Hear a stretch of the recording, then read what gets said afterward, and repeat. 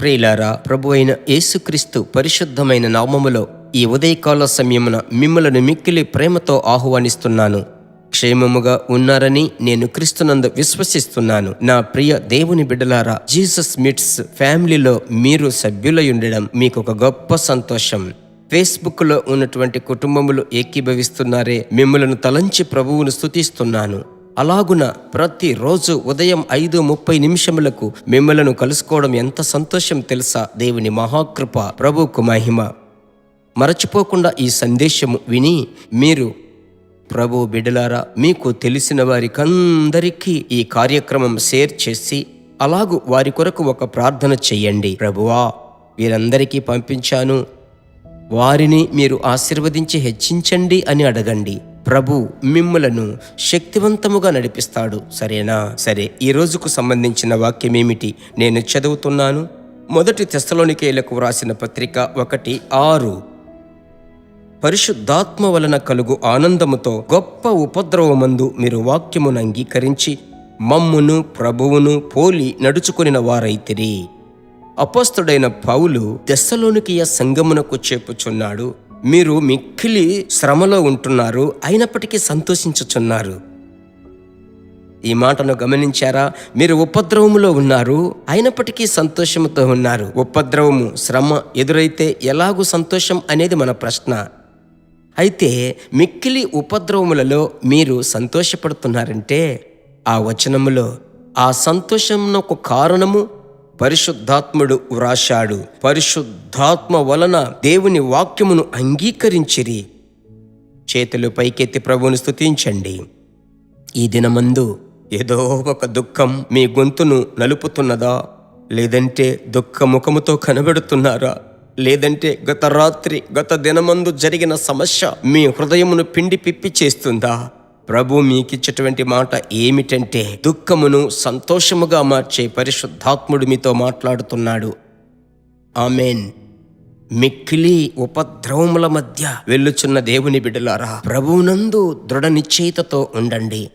ఆయన మీకిచ్చిన అభిషేకములో కొద్దిగా నింపబడి అన్య భాషలు మాట్లాడి ఆయనను స్తుతించండి. ఆ శ్రమలలో, ఆ ఉపద్రవములో ఒక బలం. అదేంటంటే మీరు మిమ్మునే ధైర్యపరచుకుంటారు, మీరు దృఢపడతారు. దృఢ మనస్సును ప్రభు మీకిస్తాడు. ప్రభువుకు స్తోత్రం. పాత నిబంధన పరిశుద్ధులందరికీ ఒక అభిషేకము లేనిది ఒక భాగ్యం మనకు. అలాగైతే ఈరోజు చెప్తున్నాను, ఏదో ఒక దుఃఖం మీ హృదయమును, మీ బిడ్డలను గూర్చి, భార్యాభర్తను గూర్చి, ఆర్థికమును గురించి, కుటుంబ వివాదములను గురించి, మీ హృదయములో ఉన్న దుఃఖం అది ఒక పక్క ఉండనివ్వండి.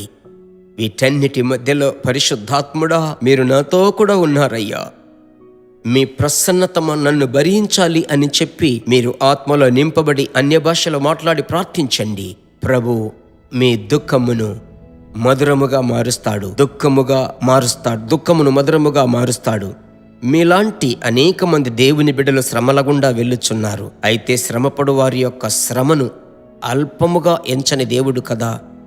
ఎందుకంటే మీకును అలాగే చేస్తాడు. మనం ప్రార్థించుదామా ఇప్పుడు?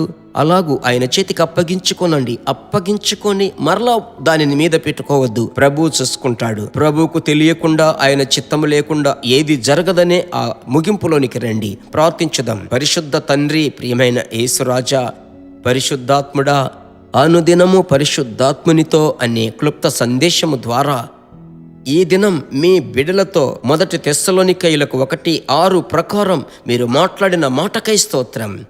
ప్రభువా, మిక్కిలి ఉపద్రవంలో ఉన్నప్పటికీ మీ బిడ్డలు సంతోషించువారుగా, సంతోషపరిచే అభిషేకము వారిలోనికి వచ్చి దిగాలి. యేసు నామములో ప్రార్థిస్తున్నాను తండ్రి.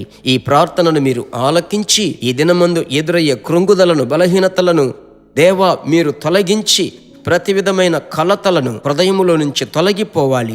మారని దివ్య ప్రసన్నత మీ బిడ్డలను ఏలుబడి చేయాలి.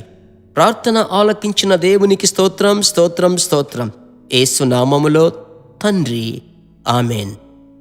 ఖచ్చితముగా ప్రభు మిమ్మలను ఆశీర్వదిస్తాడు. దైవ కృప మీ మీద విస్తరించాలి. ప్రభు చిత్తమైతే మరలా కలుసుకుందాం. God bless you. దేవుని బిడ్డలారా, ఈ వర్తమానము మీకు మిక్కిలి ఆశీర్వాదకరముగా ఉందని మేము నమ్ముచున్నాము. ఇంకనూ మా వర్తమానములను విని ప్రభువులు ఆశీర్వదింపబడుటకు జీసస్ మీట్స్ మినిస్ట్రీస్ అను మా యూట్యూబ్ ఛానల్ ను సబ్స్క్రైబ్ చేయండి. మరియు మా ప్రార్థన సహాయముకై మీరు సంప్రదించవలసిన మా ఫోన్ నెంబర్ 9842522836 మరియు 7299546363. Email gpsrobinson@hotmail.com. ప్రభు మిమ్మును ఆశీర్వదించునుగాక.